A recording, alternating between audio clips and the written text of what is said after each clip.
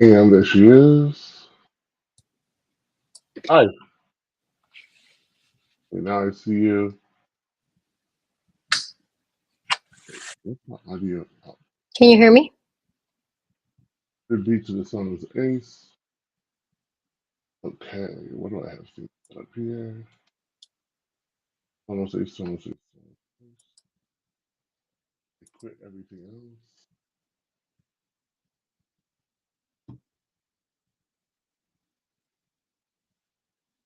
Okay, so now I see you. Are you, can you talk for me? Yeah. Can you hear me? Okay, now I can't hear you. What's going on? Your audio is set.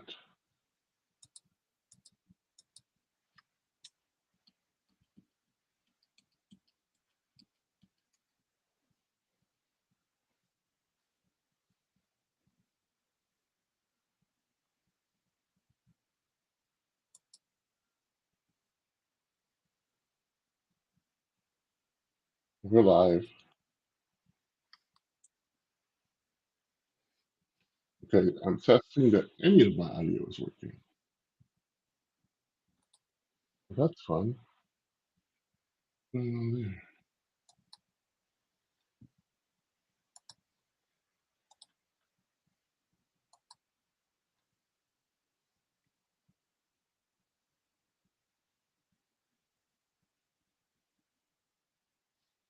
Ooh,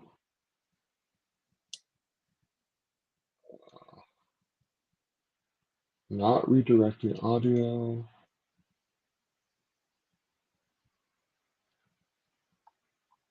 Ah, there I can hear you now. Okay.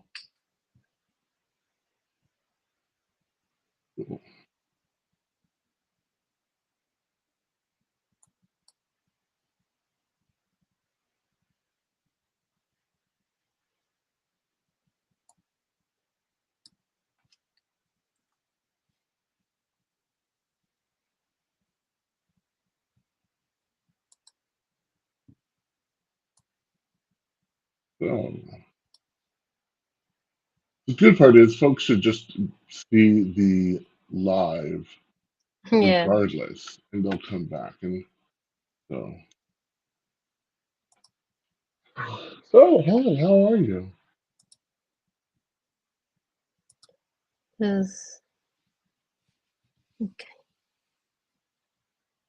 I'm having that fun laggy camera thing.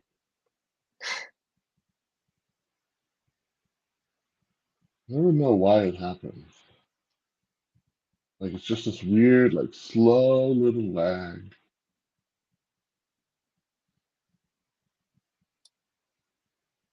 Let me see if I switch to the camera. Oh, okay, that fixed it. Kind of. Yeah, it did. Who knows why that worked? If I switch to camera, that's good too. Okay, cool. Great. Okie dokie. Let me blast just I'll link out here. I'll throw it in the chat in. Wish it was just easier, like in here, quickly grab. Oh, there you go. That's a good link right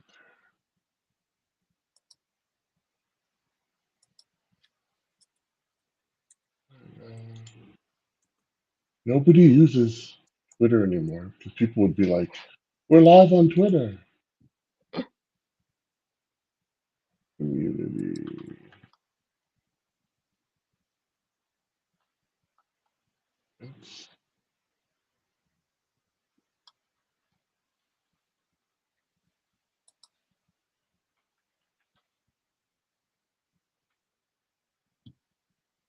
And also in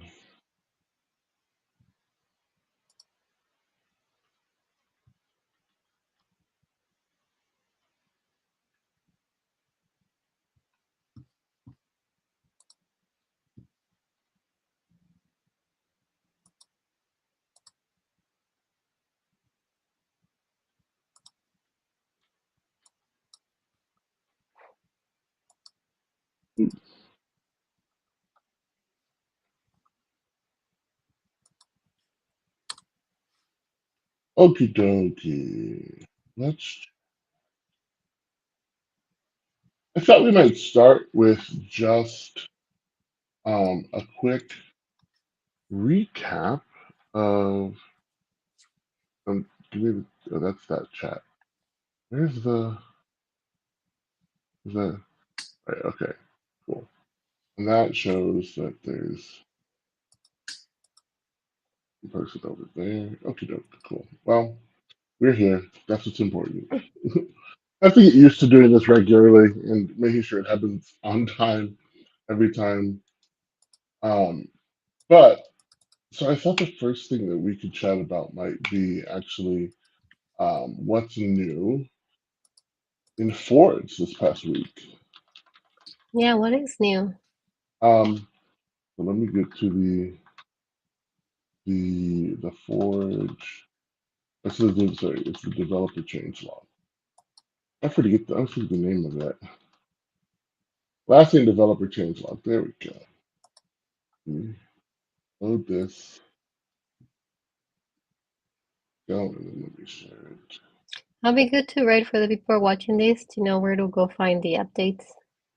Yeah. How do I? Okay, you switch it like that. Okay, cool. Haha. Got a screen. Here we go.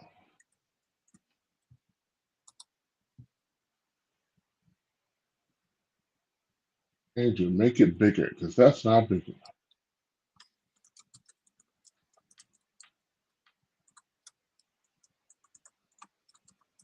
All right.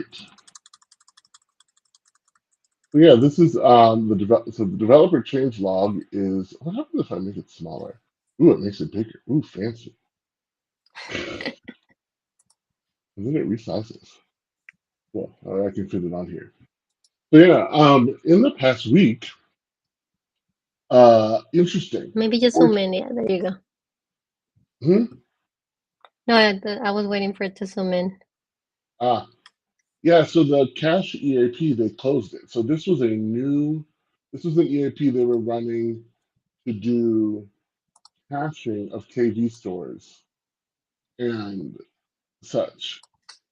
And so they have been evaluating it with feedback from the developers, and they decided that they're not going to move forward right now because they couldn't do it well enough. Which I think was like really smart of them and like thoughtful of them to be like, yeah, you know what? That's probably enough. And I think one of the things that's interesting here is that they're saying is like one of the things that like is doing this is that Atlassian is investing in a multi-cloud strategy. So you have to have like Forge function. I see. Forge functions and Forge containers are not currently supported in the same cloud platform. Mm-hmm. So You do have a question in the chat that says, "What is the best way to get started as a Jira administrator?" so that would be Atlassian. That would be community. Was it Atlassian.com/learning?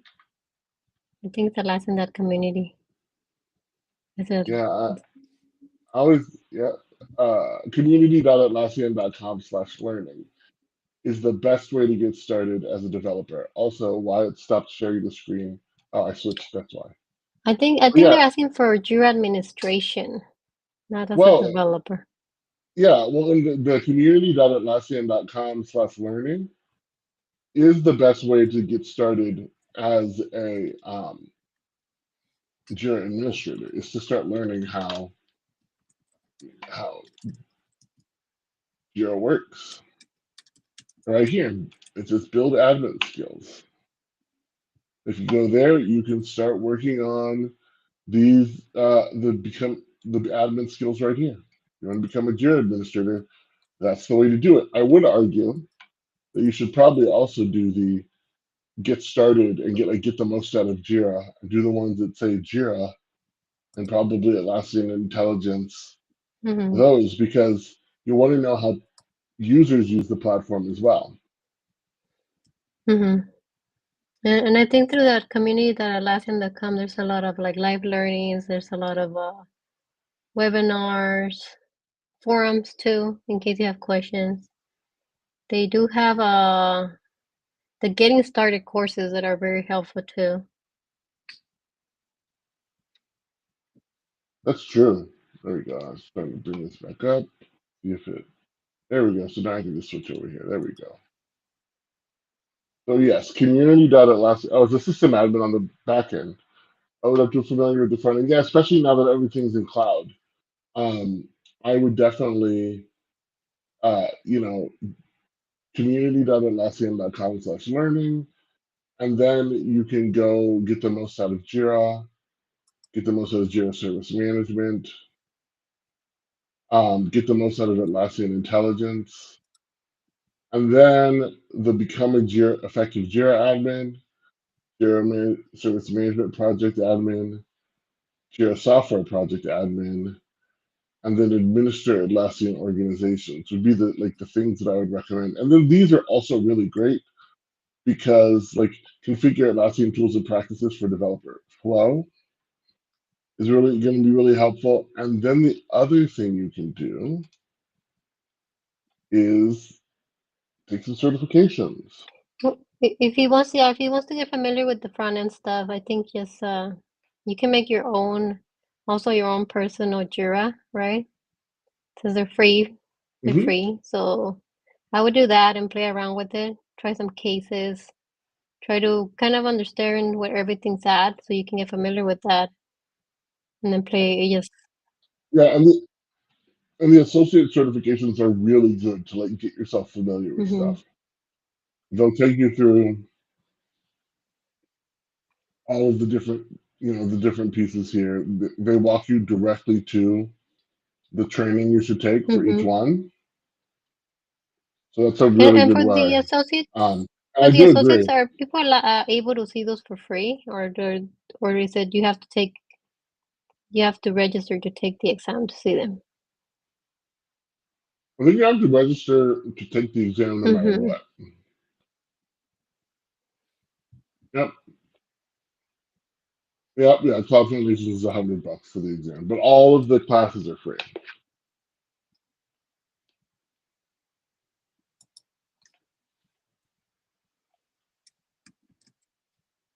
All right. So we're gonna hop into developer stuff now, just to go over what's happening in that world.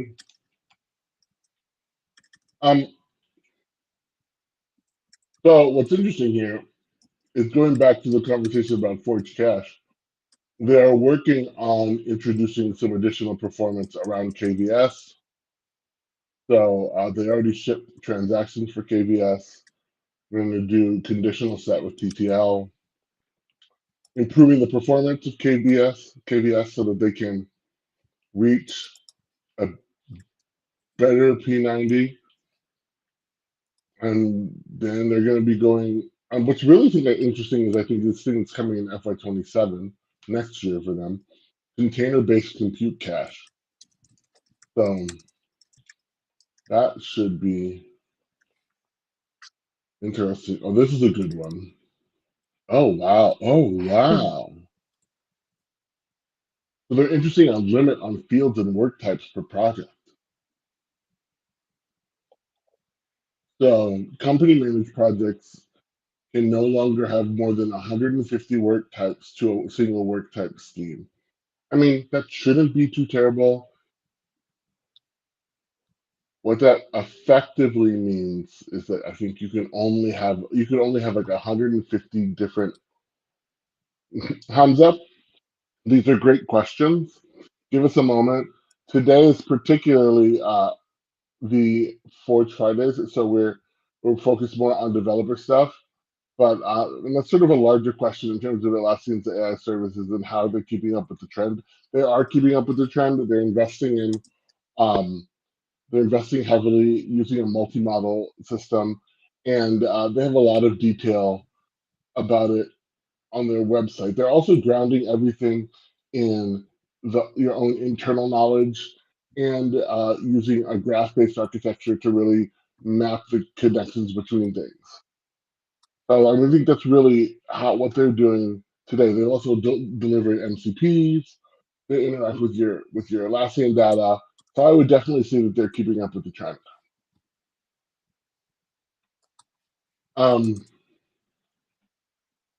Yeah, also no more than 700 fields within a single field configuration scheme. I mean, that should be fine. You shouldn't have 700 fields on a single screen or work type. Things that will let you go over these limits. Oh, that's interesting. Yeah, they're doing a lot of stuff around this right now. They want to change the whole way field configurations and work types work to make them much more simple, which I think makes sense. It will make it much less complicated and more scalable. Yeah, they're definitely working on this whole Forge stuff. They're trying, since it's the move where Atlassian is going, they're trying to make sure that it's there for people. You know, well, this is all, and this is true. This is all REST API stuff there.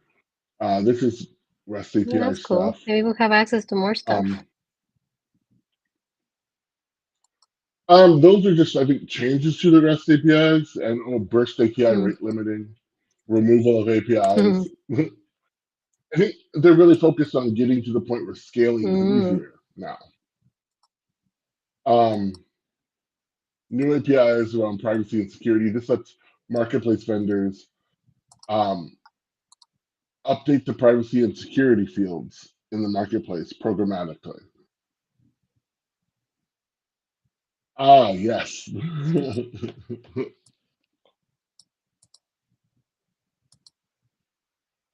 So recently, there was an analytics tool policy. So Atlassian has always talked about this has been this whole thing with running on Atlassian, which technically means no information leaves Atlassian's So it cloud. stays always on Atlassian servers, I'm assuming, right? Exactly. So that's the idea that like if you trust Atlassian's cloud already, then you don't need like you can get runs on Atlassian tools without any like real concern. Now there was a big hole in that, which is that there's an exemption for analytics. And Atlassian originally said that they were going to be delivering a list of tools that qualified as analytics. They didn't do that before they rolled out runs on Atlassian. And then just recently they did that. And they completely excluded session recording, script aggregators, and developer observability tools. The idea being that they were saying, well, we think that what's in the developer console is good enough for observability. And session recording and script aggregation are inherent security risks and they're privacy risks, which they are. That's absolutely true. But they just like turned it on one day. And the developers were pretty upset. So it is good to see that they are turning that around. And they're going to let things go back the way that they were. And I mean, it's a catch-22, right? And in fact, there was a lot of chatter originally around runs on Atlassian, for example, because certain people, Remy, did not believe that you could. I mean, basically said Atlassian, you're falling afoul of GDPR. That was his because he said that they were not doing privacy by default. I don't know if I completely agree there, but especially because there's a shared responsibility model, and when you install a runs on Atlassian app, Atlassian immediately asks you, like, do you want to turn off analytics? But so like going back means that it's less secure than it was before by default. And also these tools are actually really important for developers to be able to make good apps. It's a difficult situation. Otherwise, you're telling Atlassian that they need to build an entire developer, like they would have to match or get close to the level of quality that companies that focus only on these tools do. Yeah, that would be tough. Yeah, or you can't have runs on Atlassian. I don't think that's reasonable. That was a little hard because Atlassian doesn't per se focus on that. Yeah, some more API removals. GraphQL API. Oh, gateway. That was interesting, actually. So they started rolling out Jira number. We think we talked about this. Jira number field formatting for company managed projects through the GraphQL gateway. So you can take a number field in Jira, and you can basically like slap whatever format symbol you want in front of it, so that you can say that it's dollars, or you could say that it's, and you can do that through the gateway, which I think is pretty neat. It doesn't change the underlying number either. It just like does the formatting.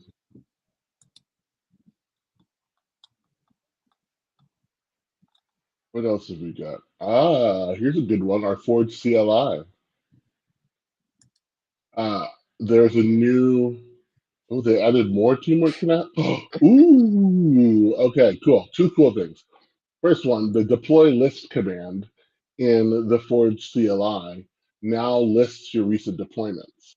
I think one of the things, and I think we've talked about this, the relationship from deployment to environment to installation can be confusing for people, I think. Because you can have, I guess, like you can deploy into an environment, but that doesn't equal an installation. Um, so, oh, and there's a build tag if you use the Forge build command. So you can get the list of your deployments. That's pretty neat. Let's see what that looks like.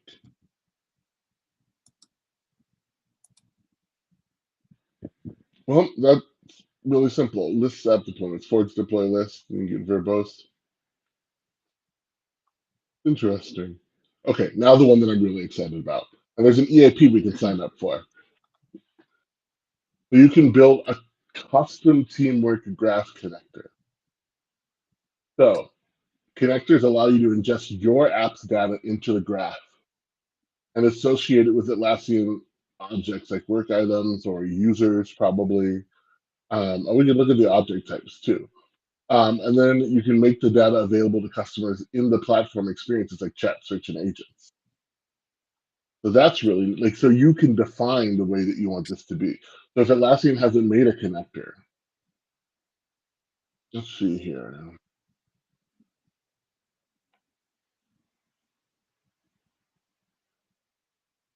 Ooh, okay. These are the object types: calendar event, comment, conversation, design, document, message, space, video. Okay, object collaboration, communication, a dashboard, DevOps. Okay, so these different ones: branch, build, commit. So if you're using like your own custom, like DevOps or your own custom Git like tool, or like Git, which is not Bitbucket or GitLab or GitHub, then you could bring those things in. You can bring the test stuff in. That's neat. And what's cool about this is like, so this means you can build it, especially what's, I think this is particularly good, is this is good for tools that don't natively connect, don't have an add-on, right? If you have an add-on and you're already associating this stuff with work types, it should already show up in the teamwork graph, I think. But man, ooh, customer organizations. Yeah, this is good stuff. What I think, like, I just thought about the fact, like, I use um, Fastmail instead of Google Calendar. So what I could do technically is I could build a connector that allowed me to bring in Fastmail calendar events, so that I could connect my calendar just like people can connect their calendars with Google Calendar. So when I'm searching for information, the calendar event would come up too. That's neat.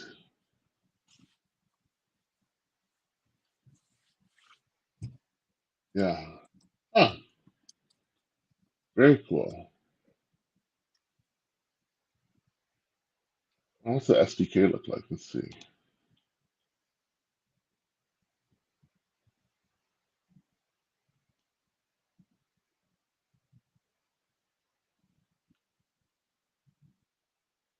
So this would be like creating, updating, retrieving, and deleting objects in bulk.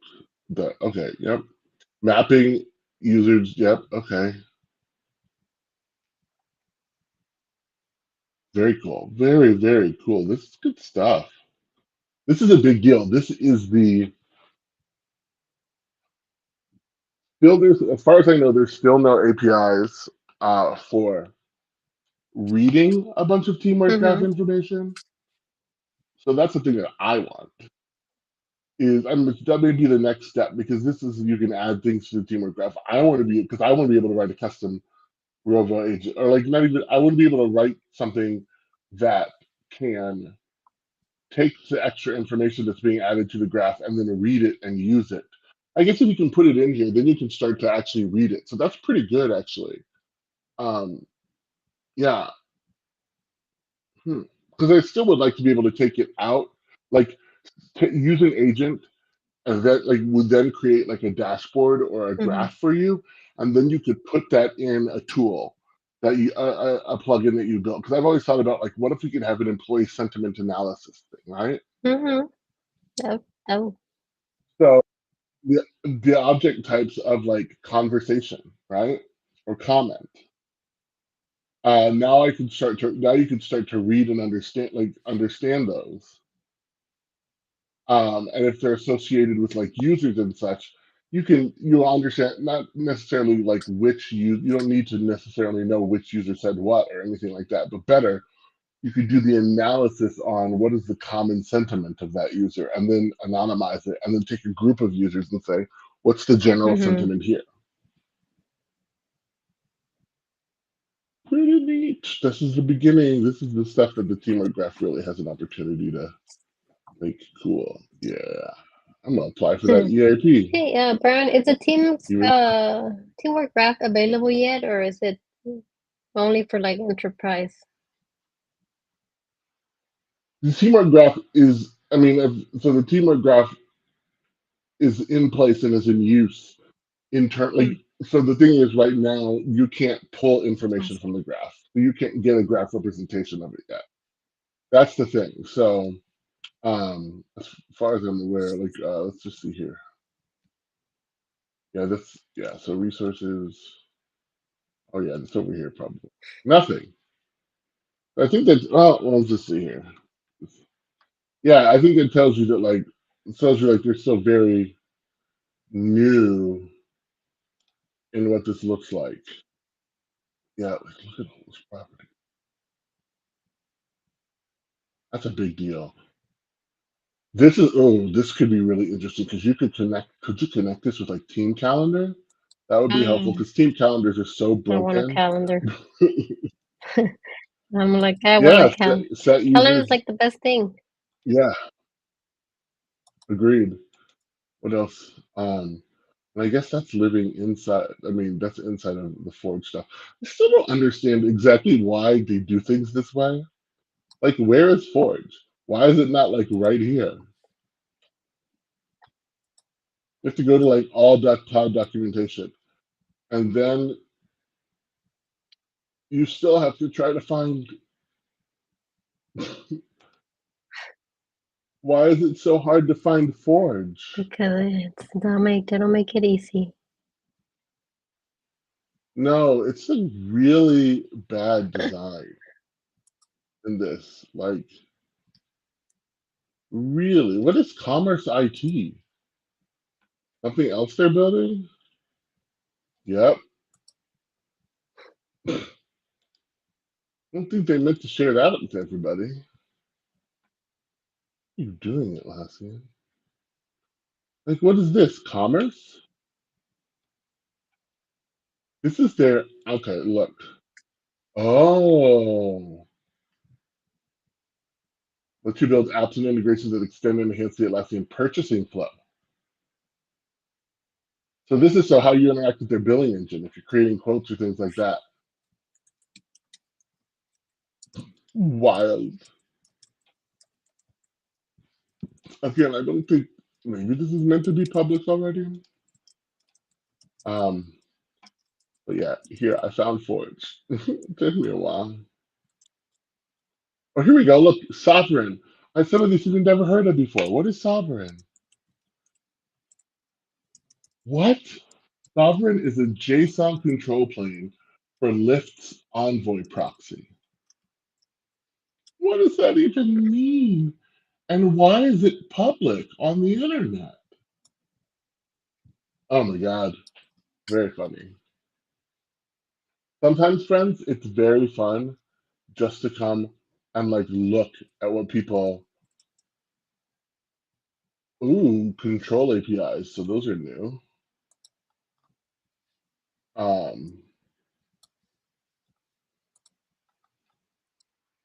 Policies and resources. Okay. Yeah. I always recommend that people just like go look and see what's going on sometimes on these pages because they just sort of like stick things there.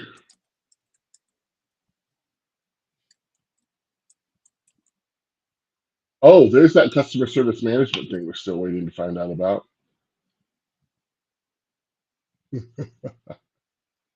Do these people know? Again, I don't know. Do they know that these things are like visible? It's really funny. Team, team query.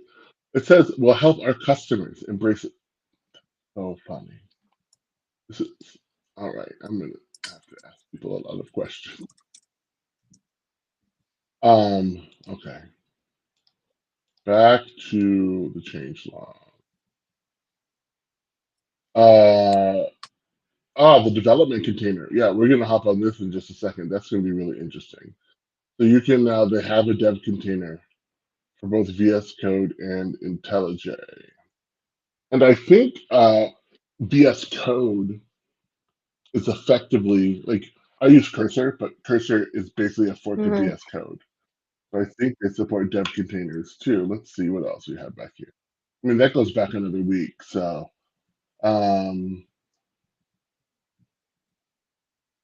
Forge, the Jira issue panel now supports options to show or hide a panel in all work items throughout a project. Well, that's neat. So um, they dynamically appear in the panel's action menu, depending on whether it's hidden or displayed in all work items. New events for deletions, so you can capture in your app like your app could run when a page is deleted or a blog post is deleted.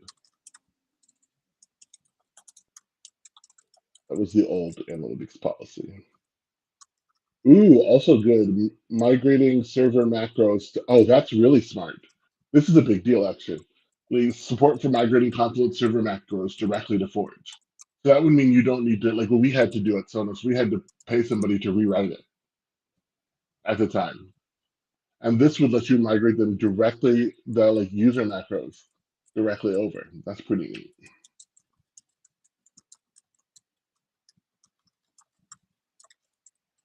Ooh, cool. Lots of interesting stuff here. Been going on. Well, I guess also we should say on August 13th, Jira 11 came out. Oh, they actually number them? Oh yeah, on I Prem they did do. not know Yep. that. That's cool. Yep. That's very Um, interesting. yeah.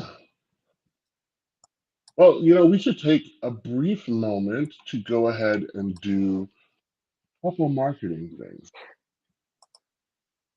So let me go to here. Oh no, that's the wrong. There we go. This drive. Go to. We just had summer camp, which is fun. I'm going to get that stuff up here shortly for folks. But here's the other thing, which is I want folks to know about the Builders Summit that's coming up. So we're going to be, what is this? I don't want full screen. There we go. Current screen. Oh, perfect. So we have coming up October 22nd to the 24th, the Atlassian Builders Summit, a free hands-on conference created by the community, particularly me and Alex and Katarina who works at Atlassian, and Lina, and Fabian, a friend down from, where's Fabian He's in located? Temecula. In Temecula. It's going to be really exciting. 3 days in Long Beach. You get so many cool things if you come. You get this amazing book that Lina and Alex are working on, the Big Book of Atlassian, which covers worksheets on how to set things up, checklists, playbooks, guides, and run books, so that you walk out of there with information exactly how you become a Hanzo. You want to become an awesome admin? Come to the Builders Summit and get yourself the Big Book. There's gonna be a lot of That'll be experts. right away. Exactly. And we're going to have 3 amazing tracks. Atlassian administration. I am helping to lead that track. We got a lot of really cool folks. Agile project management, which Alex is leading, and then Forge development, which Katarina is leading, and why it's important for us to talk about this here. We've got 9 Forge workshops, I believe, and most of them are pretty long. They're not 9. They are. Let me give me a moment. I'll tell you. We have 1, 2, 3, 4, 5. We have 5, but they are, most of them are 100-minute long sessions. So you're definitely going to be building a lot of stuff. And we do have 1 hour session one. Yeah, and those 100-minute ones, we wanted to make sure that folks could really dig in, and we didn't only have an hour. So, and we are going to have one of the developers of Confluence. Oh yeah, that is going to be fun. Yeah. So 20 plus workshops. You're going to hear from all of us real builders and meet all of these different types of people. We're going to have swag and giveaways. It's going to be awesome. We're already almost at 150 people. Yes. And it just keeps going up. And we want to see you there. So make sure you show up. And remember, this is a live event. Live in-person event at the Hilton Long Beach. Scan that QR code to make sure that you can secure your seat. Information on hotels is there too. You have 1 month left to book your hotel. Make sure you do so. And we hope to see everybody there. Thank you, Bryan. All righty. Of course. Lina and Alex have been working nonstop on this summit. We have. It's really amazing. Now, I know, Lina, that you said that you only had about an hour. Yes, I do. I have 7 more minutes, and then I have to go get ready because today is Disneyland with the family. Oh, that's right. It's Disney Day. Well, then we'll hop back over here. I want to figure out how the heck I take. Oh, there we go. Man. Yeah, so I think I'm probably I'll continue on with dev containers and a couple of other pieces. But we're really excited to have folks here. I know that we are hopefully going to have a guest show up here shortly, and we're going to be able to talk to him about the issue that he has with being able to use Rovo across the site. Nice. Because Rovo only works within one site right now, but there is a workaround. Oh, I'm going to have to check that out then. Yeah. As always, all the recordings come back up. So we're going to take about a 5-minute break, and then we'll be right back. Okay. All right, Bryan. You have a good one. All right, Dana. Bye. You too. Bye.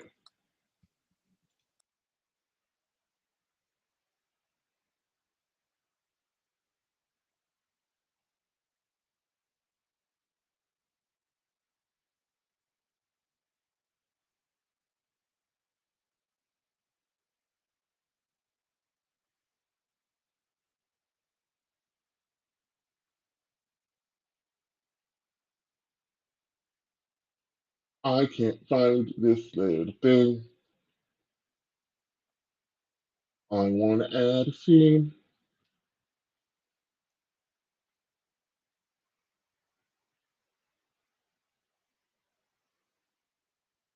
Hmm.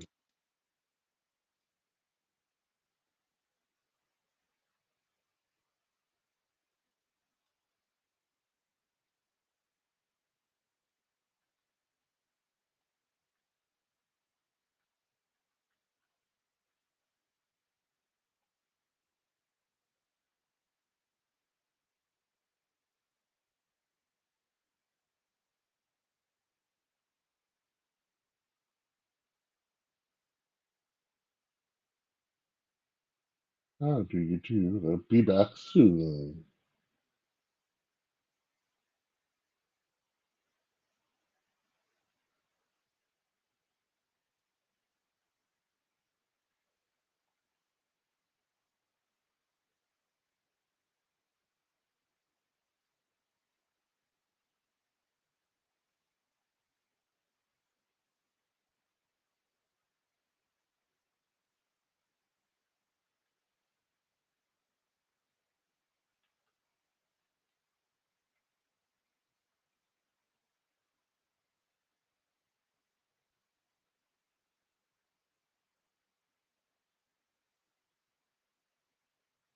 Oh, well, that's easier. Okay.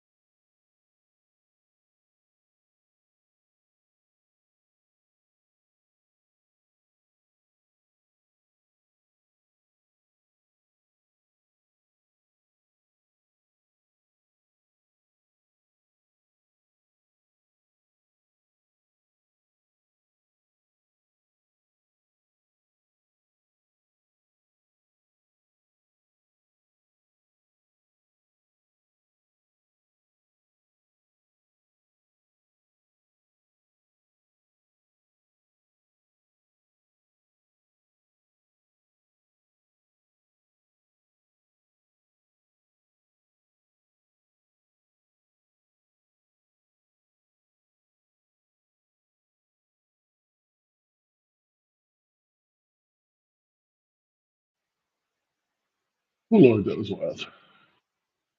Anyway, so what we're gonna do is I'm actually gonna go to GitHub.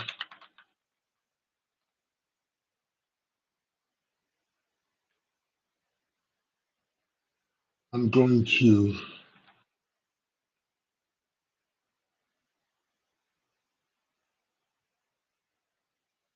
create a new repository. We're gonna do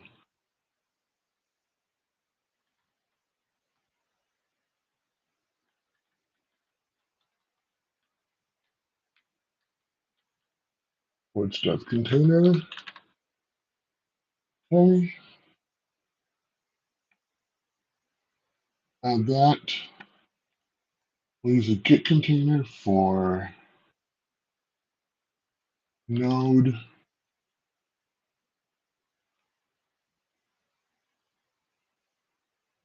And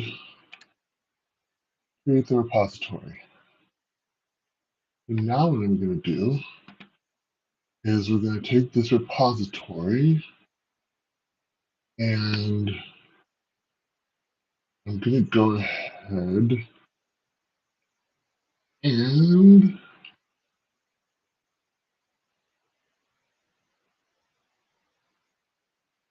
we'll switch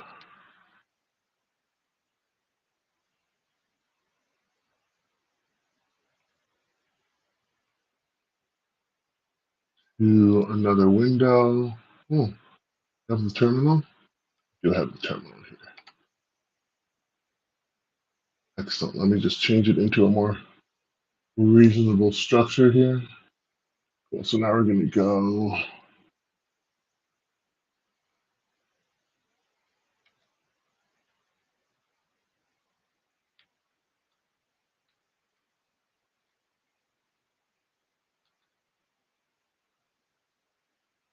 and then we're going to do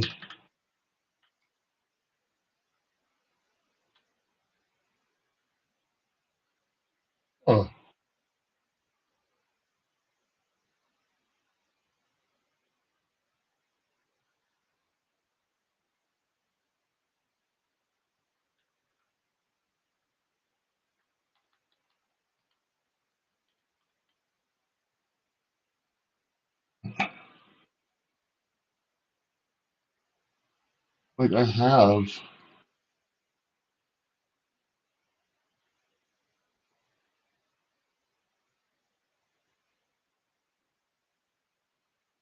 oh, I'm being really silly.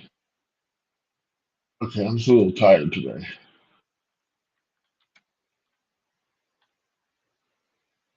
There we go.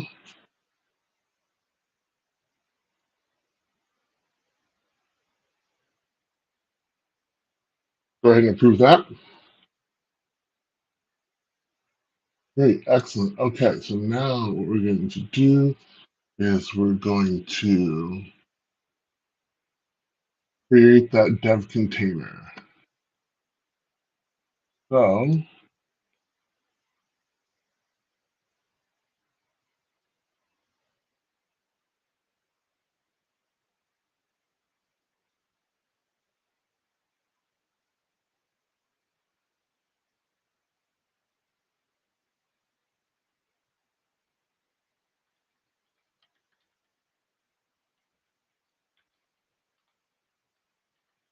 to do that, what we need to do is that we are going to let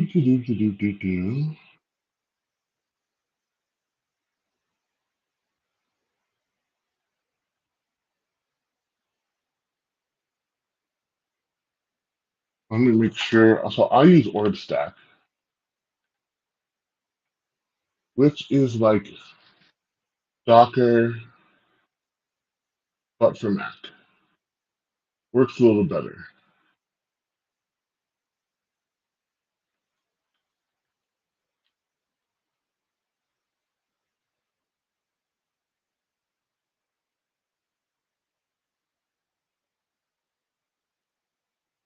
So I'm going to, I'm downloading an update, of course, because this is how this works, right?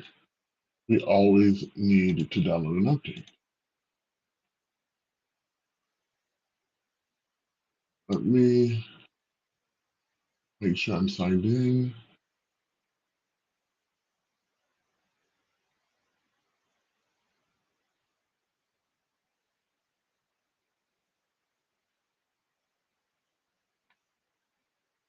Sign in here.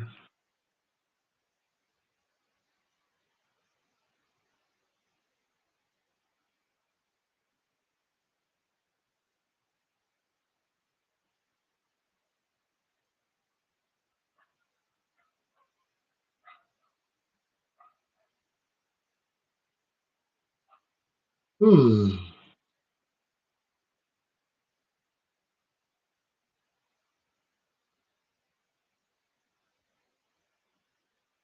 Let's see here. We haven't been using things in a minute here, so let's just see what's going on.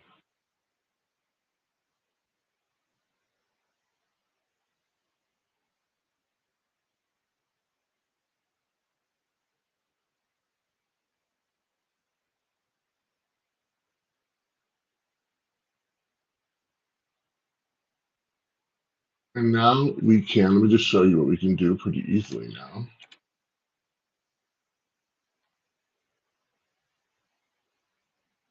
So there's that, but let's just do this now so you can see.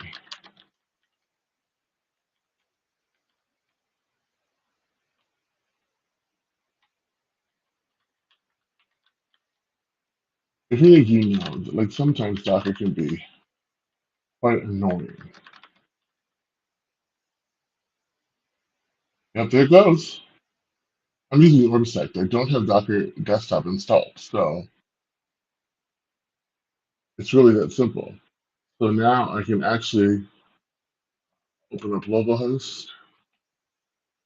There it is. Show you.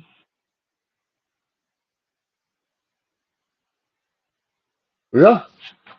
So we're going to use dev container. So we're going to use orb sect instead of Docker because it's better on the Mac. So we're going to go ahead and go back to our instructions now. So we installed the desktop. We did that. We created a project. I created a repository effectively. So now I need to create this dev container.json file. So, and there's two ways to do this. You see, I can pull the Docker image directly, or I could just create this file. So what we're going to do is we're going to go ahead and we'll replace back and go into the terminal.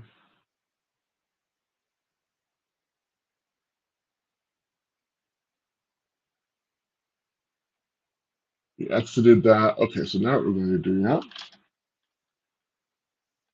All right, now we're going to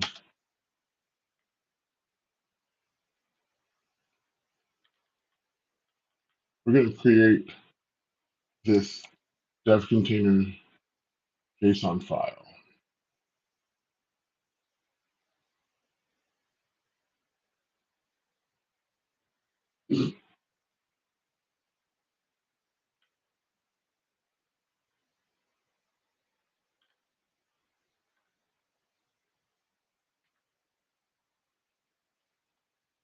Whoop, there you go. We got our two things there, and we're in Get. So now we're going to open. Let's open Visual Studio Code.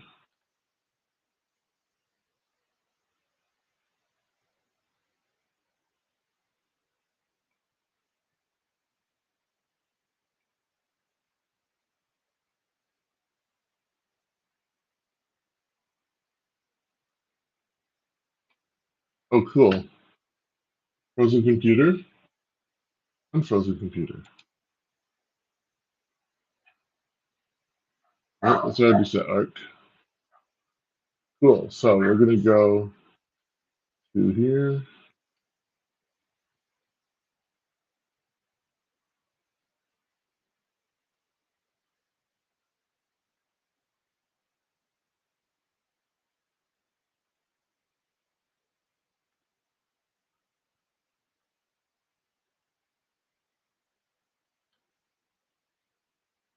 Okay, so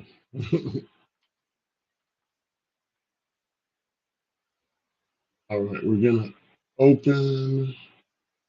Let me share VS Code now.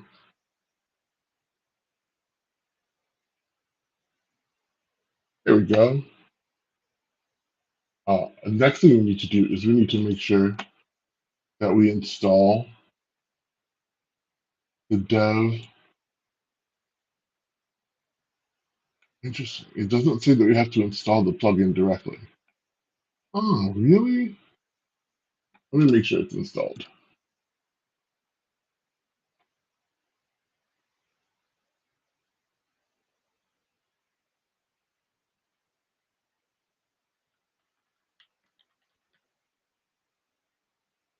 Dev containers. Yes, it is installed already. Great. So now what we're going to do is we're going to go ahead and open the folder. So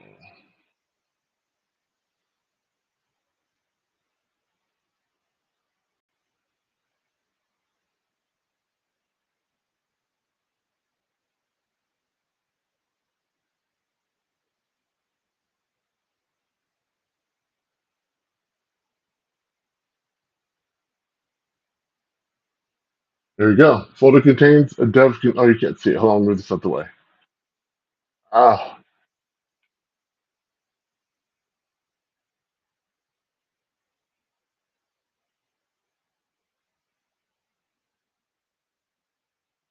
I can't figure out how to get this out of the way here.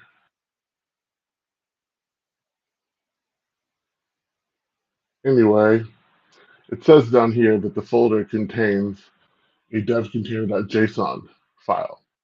Here we go. We'll do it here. There we go. Things dev container. Reopen folder to develop in a container. Now we go back.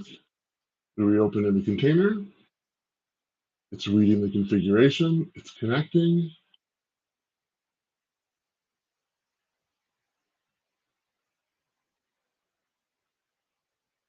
You can see the log here too. There you go. See? Downloading all the pieces here.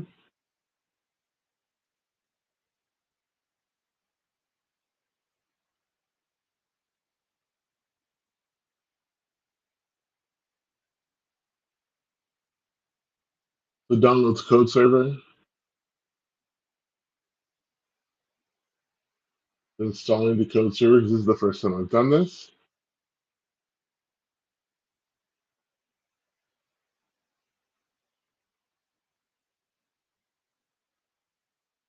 Connecting. And we are in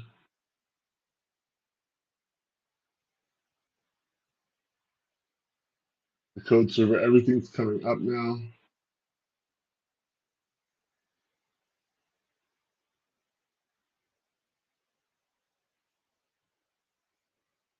Okay, and now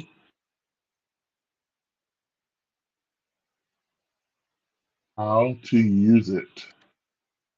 So here's the tricks with this. What we're going to do is, this is the dev container terminal. So we're going to open a new terminal, and you can see it's inside the dev container, right? So two things. One, we got to set environment variables in the shell configuration. So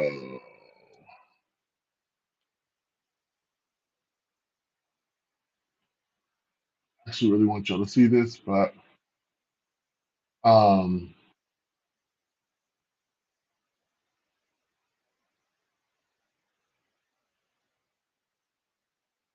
here we go.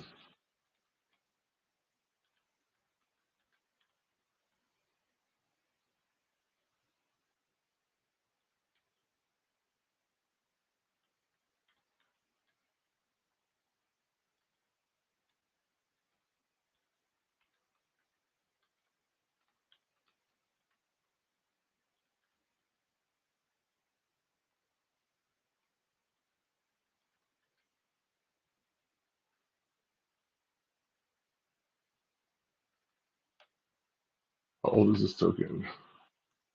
Ooh, we're going to get a new one really quick. So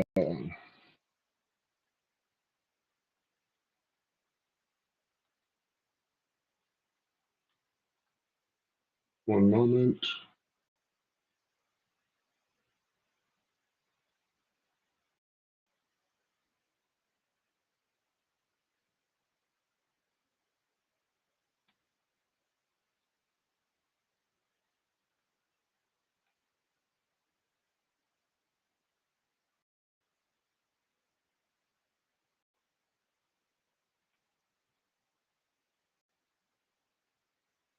Go to my account settings.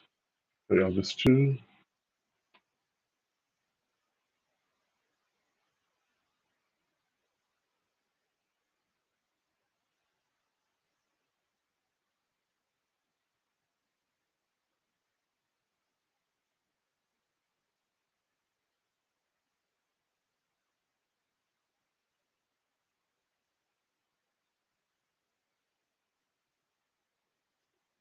Okay. Ah, it's always fun when it like forgets how to show. Ah, there it is. Okay, window. That window. Okay.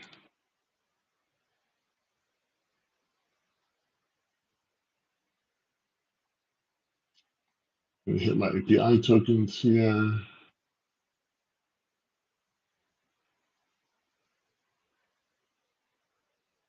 Oh, right, you have to do this too. So many things you have to do for verification.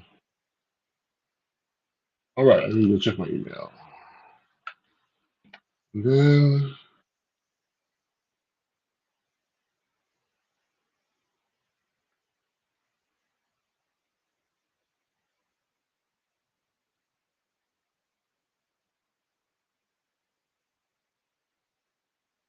there we go.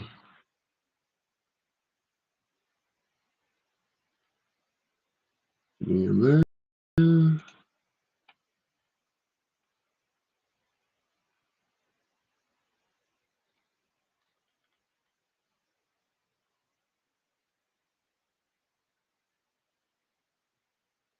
cool. Now back to our terminal. Sorry, actually into here.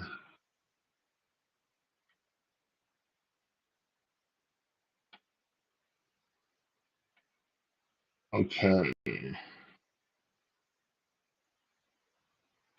Now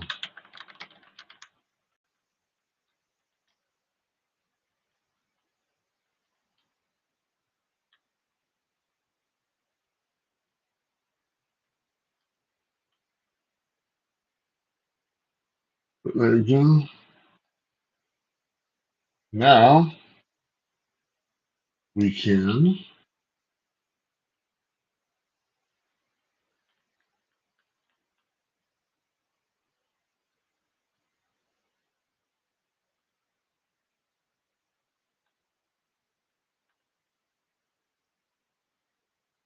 I just put it in.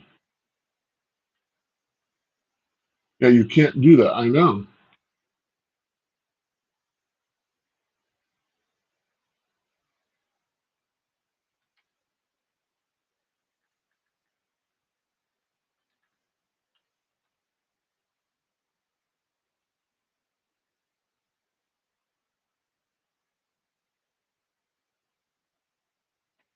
What am I missing here?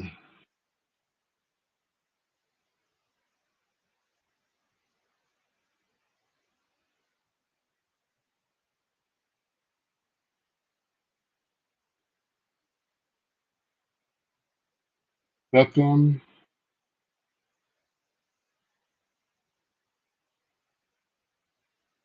Oh, sorry. That's why I always forget this.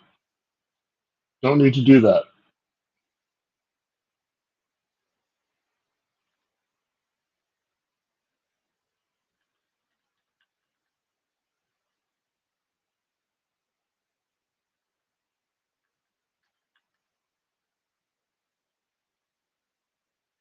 Don't ever show your stuff on screen like I am.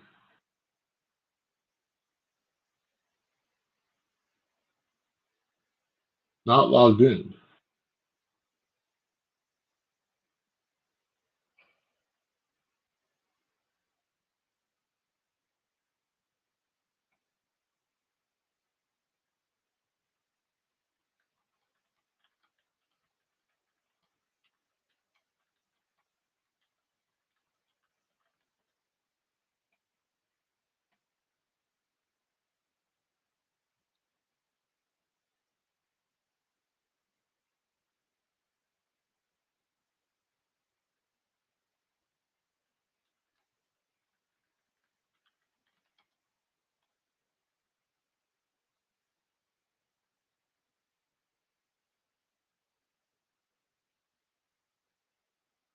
Set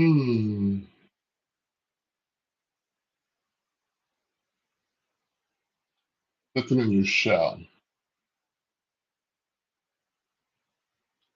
In Bash.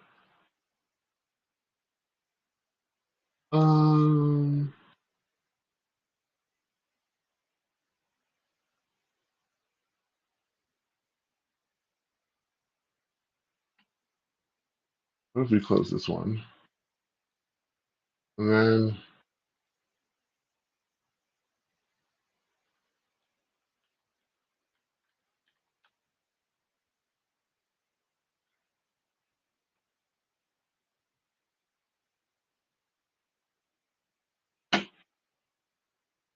not exactly sure what's going on here.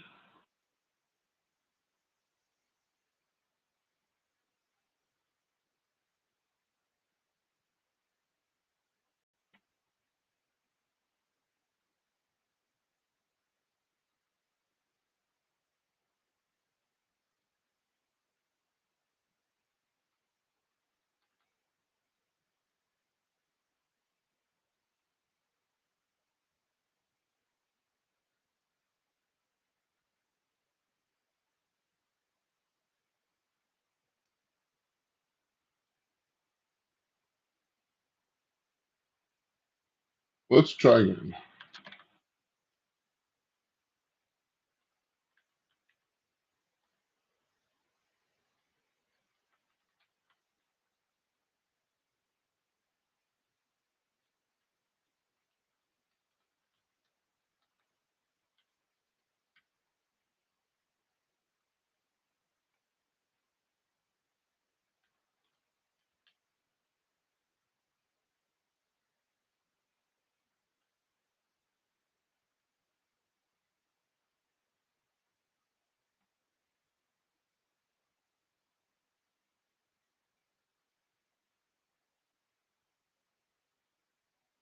Oops, that's what I did there.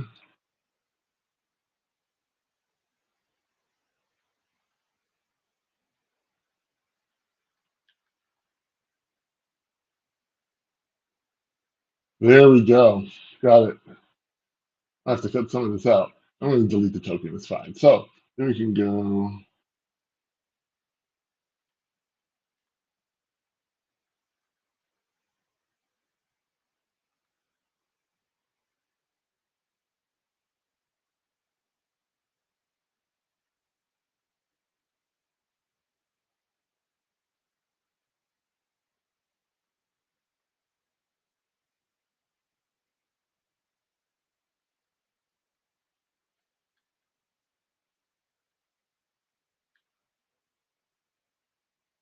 Here's all our files.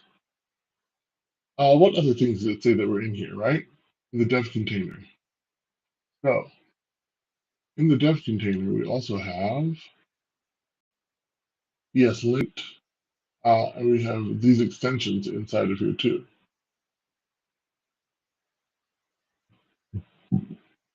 What else is in this? They say. We should have. Let's see, is JQ in here? JQ's there. W gets there as well.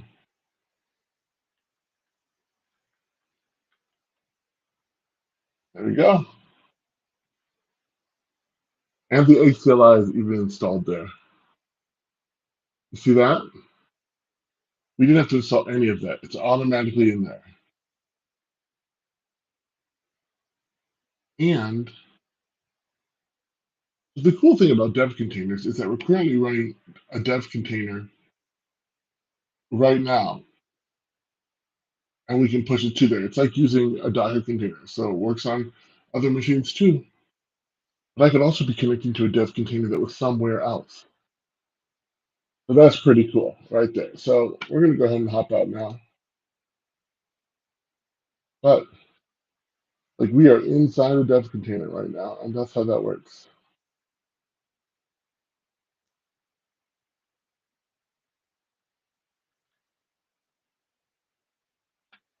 All right. What else was on the docket? Ah, yes. we were going to talk about Awesome Forge. Let me show you that.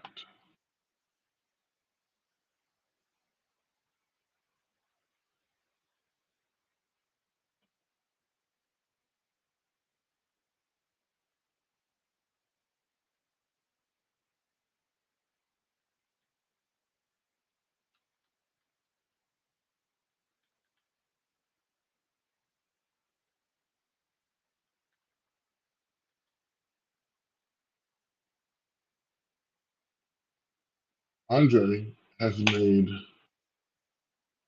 so there's this gentleman, his name is Andre Pislanov. He works for, I forget who he works for. He works for a solution partner, but check out what he's doing. You've ever used GitHub before? You've seen images, which effectively go and show like everything. He curated a list of libraries, examples, tools, and learning material for building Atlassian Forge apps. So this now pulls all of these things together, so you can come here and find all the information you need to know about how to you do Forge stuff. So all of the different links, all of the different places, the Forge CLI, the UIKit docs, the custom UI docs, the Atlas docs, the change log, Forge Quest, the Forge modules, everything you need. If you're doing Forge, this is where you should start. Also, here's our the marketplace partner Slack, starter, Forge starter, and a Forge dev kit that somebody's put together here. Andre put together a Forge starter template, a Forge dev kit, and then he's been pulling in a bunch of official examples here.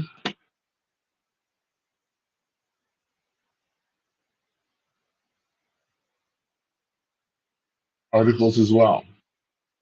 Incredible set of resources right here. Absolutely wonderful. So I recommend that everybody give this thing a GitHub star, just like that, and use this to learn about what's going on with Atlassian Forge. Somebody's already forked this. Who's forked this? No repositories. Oh, that's weird.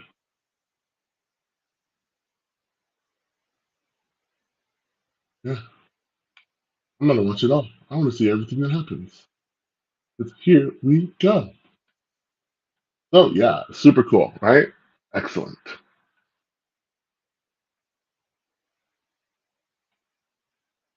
And in fact, I have a little birdie who is a good friend who's working on a bunch of stuff, and he's got stuff for me to add.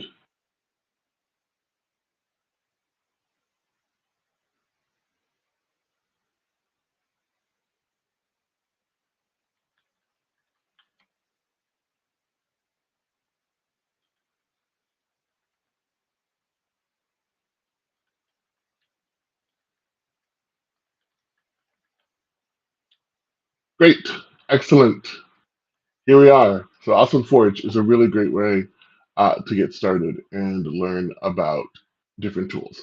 So there was one other thing that a gentleman wanted to talk to me about today, but it doesn't look like he's shown up. But let me show you what he wanted to be able to do. I've got an example that we can use to solve this problem here. Cool. So actually, we're going to get back to that robo action stuff. It'll be really useful for us here. So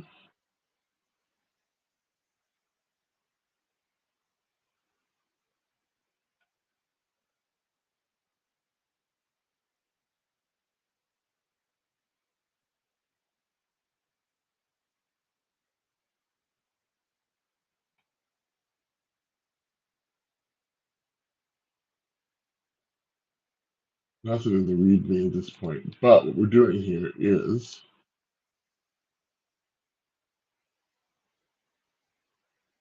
So what we're doing is we are constructing the capability to talk to Jira Align. And so we're using capabilities here for Jira Align, because that's how it works, Jira Align capability.ts. So you can get the content from the capability. We're going to pull the capability using the API here, but this is a way to reach into another site. So if we want to work across sites, this is how you're going to do it. And that's the thing that is really wanted here is how, oh, sorry, I'm in a weird, that's hilarious. Let's get out of that code. Here we go. Here we are. So what are we doing here? Let's take a look at this. This is the source. Let's start with our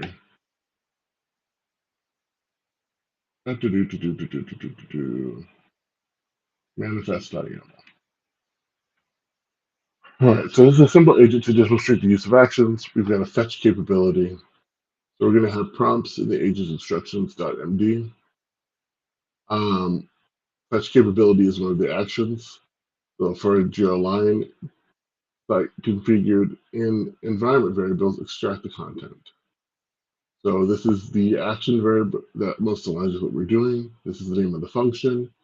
You put in the capability ID, and it is required to do things.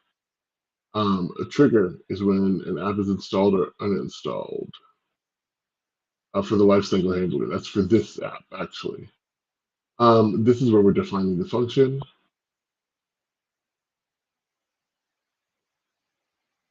And then on the back end here, what we're doing here is relying requests to all Jira Align sites. And now, so those are the permissions we're setting. And the resources here for the agent prompts as well. And we've got a trigger there. So now, let's get in here. And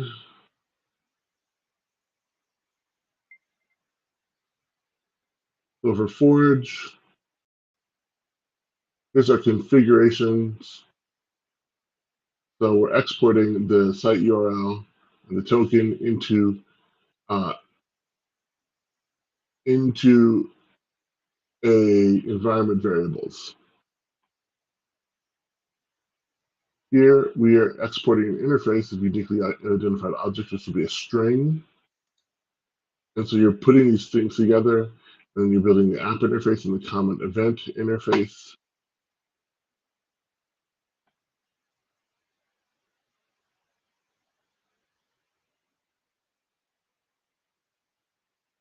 Here we're building common event. So we take the common event from event. So it's going to pull the event context. That's the cloud ID and the key identifying the module in the manifest that defines the scheduled trigger function and its frequency. We'll take a look at that in a minute. And we're taking all of this together. We're using the life cycle. Say, ooh, this is what happened here. This is what happens here. Here's the web triggers. Wire up to the functions that would be invoked by scheduled triggers. We still need to do that.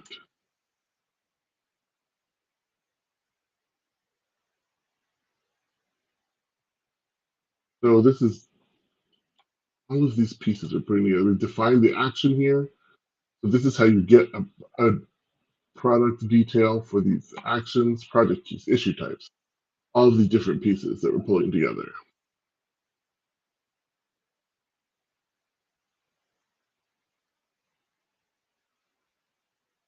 Here's our index.ts, which gets exporting the appropriate modules or APIs that we need.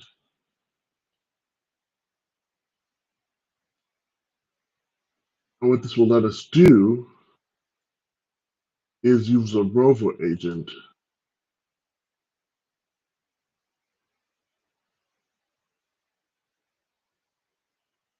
to wire this all up. And so here's our prompt. Here we go. You're a Jira Align agent. You help users read Jira Align capabilities. You're asked to fetch capability. You use the fetch capability action. You need to obtain the following from the user. So you give the capability ID. And then what it does is it's going to use action. Where is this?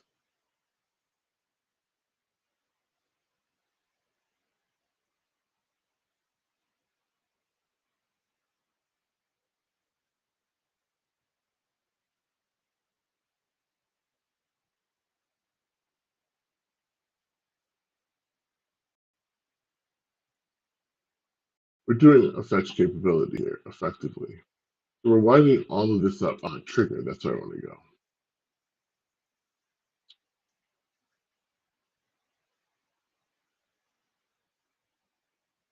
So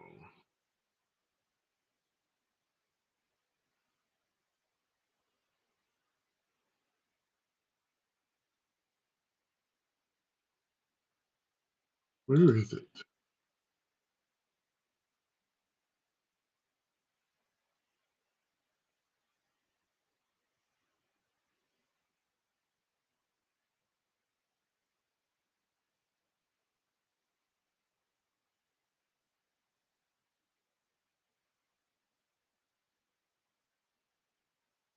Fetch content from capability. So when we ask for it here, when the action payload,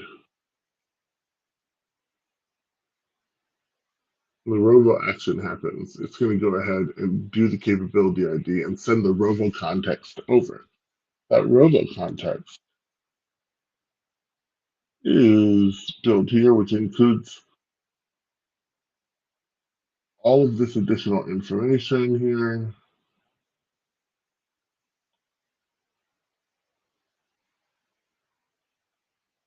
Yeah.